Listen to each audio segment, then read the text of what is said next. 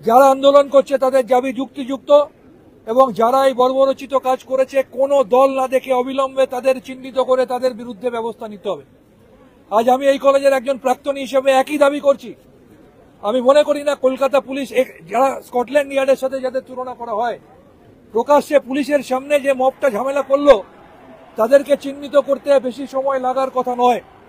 তাই আমি x students অ্যাসোসিয়েশনের একজন সভ্য হিসেবে কলকাতা পুলিশের কাছে দাবি করছি, ইতিমধ্যে এই যে ছবিগুলো সংবাদ মাধ্যমে দেখা গেছে, আমি বিশ্বাস করি তার থেকে অনেক বেশি তথ্য আপনাদের কাছে আছে। 12 ঘন্টার মধ্যে তাদের প্রত্যেককে চিহ্নিত করে তাদের বিরুদ্ধে দৃষ্টান্তমূলক ব্যবস্থা নিতে হবে, তারা যে রাজনৈতিক দলের সাথেই যুক্ত থাকুক না কেন। এবং আমি আবার বলছি, আমরা এক্স স্টুডেন্ট, গতকাল আমরা ইন্ডিয়ান মেডিকেল অ্যাসোসিয়েশনের তরফ থেকে আমাদের সর্বভারতীয় সভাপতি বলে এসছে, ভারতবর্ষের ইন্ডিয়ান মেডিকেল অ্যাসোসিয়েশনের 4 লক্ষ ডাক্তার এই আন্দোলনের সাথে আছে এবং সেই পরিবারের সাথে আছে। আজও আমরা দায়িত্ব নিয়ে বলছি, এক্স স্টুডেন্টস অ্যাসোসিয়েশন যারা যেখানে আছেন, কলকাতায় আছেন, কলকাতার বাইরে আছেন, ভারতে আছেন, দেশের বাইরে আছেন, তারা সবাই শারীরিকভাবে মানসিকভাবে এদের পাশে আমরা আছি এবং আমাদের ডিমান্ড অবিলম্বে তদন্ত সম্পূর্ণ করে দোষীদের চিহ্নিত করে দৃষ্টান্তমূলক শাস্তি দিতে হবে এবং 12 ঘন্টার মধ্যে, অর্থাৎ আজকে রাতের মধ্যে গতকাল যারা এই ঘটনা ঘটিয়েছে তাদের প্রত্যেককে চিহ্নিত করে তাদের বিরুদ্ধে দৃষ্টান্তমূলক ব্যবস্থা নিতে হবে। আমি নিজে রাত্রি 4টে সাড়ে 4টে পর্যন্ত ছিলাম। আমি বিভিন্ন ডাক্তার, আমি বিভিন্ন নার্স, আমি বিভিন্ন রিপোর্টারের কাছ থেকে ফোন পেয়েছি। কোন একটা জনপ্রিয় টিভি চ্যানেলের ডিরেক্টর আমাকে বলছেন যে আমার 2জন মহিলা রিপোর্টার আটকে গেছে, ডক্টর সেন একটু রেস্কিউ করার ব্যবস্থা করুন। এই ধরনের হিংস্র কাজ যারা করেছে, অনেকে বলছে এভিডেন্স ট্যাম্পার করার চেষ্টা করা হয়েছে। আমি বিশ্বাস করি সিবিআই নিরপেক্ষ তদন্ত করে তাদের চিহ্নিত করবে। এবং আমার প্রশ্ন, ভারতবর্ষের এই একমাত্র প্রিন্সিপাল যাকে নিয়ে এত আলোচনা সমালোচনা, এত ঝড়, তাহলে শুধু তাকে আমরা বুক দিয়ে কেন আটকে রাখার চেষ্টা করব? তার জন্য যখন এত কিছু হচ্ছে তাকে আমরা কেন আটকাবো? আমরা সিবিআই তদন্ত চলাকালীন দেখেছি প্রয়োজনে অনেককে সিবিআই কাস্টডিতে নিয়ে ইনভেস্টিগেট করেছে।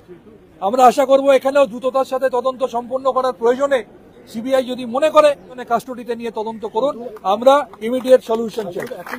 যে বা যারা কাজ করেছে, এই কাজ করেছে, তারা যে দলের সাথে যুক্ত থাকে থাকুক, তার বিরুদ্ধে ব্যবস্থা নিতে হবে। অবিলম্বে আরজিকর ক্যাম্পাস, যেহেতু ওখানে প্লেস অফ অকারেন্স, ওই জায়গা কেন্দ্রীয় নিরাপত্তা বাহিনীর নিয়ন্ত্রণে নেওয়া উচিত। আর গতকালের পরিকল্পিত হামলাও তদন্তের দায়িত্ব সিবিআই কে দেওয়া উচিত। কারণ গতকাল প্রায় 1,500 থেকে 2,000 একটি বিশেষ সম্প্রদায়ের শান্তি বাহিনীকে হাওড়া থেকে, কামারহাটি থেকে এবং বেলগাছিয়া থেকে জড়ো করে এই হামলা করা হয়েছে। এটা নিন্দার কোনো জায়গা নেই। আমরা নন্দীগ্রামের লোকরা হ্যাবিচুয়েটেড। দফা 1, দাবি 1, মমতা ব্যানার্জির পদত্যাগ। মমতা ব্যানার্জির পদত্যাগ। আমি এই রাজ্যের সব রাজনৈতিক দলকে বলবো, কালকে স্তব্ধ করুন বাংলা। মমতা বলছে বন্ধ থেকে করুন, যেভাবে পারেন করুন, সবাই মিলে করুন, কাল স্তব্ধ করুন পশ্চিমবঙ্গ। দফা 1, দাবি 1, মমতা ব্যানার্জির পদত্যাগ।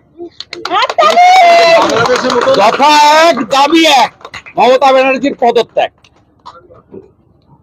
কালকে 2,000 বিশেষ সম্প্রদায়ের লোককে জড়ো করে ডাক্তারি ছাত্রদের উপর আক্রমণ করেছে।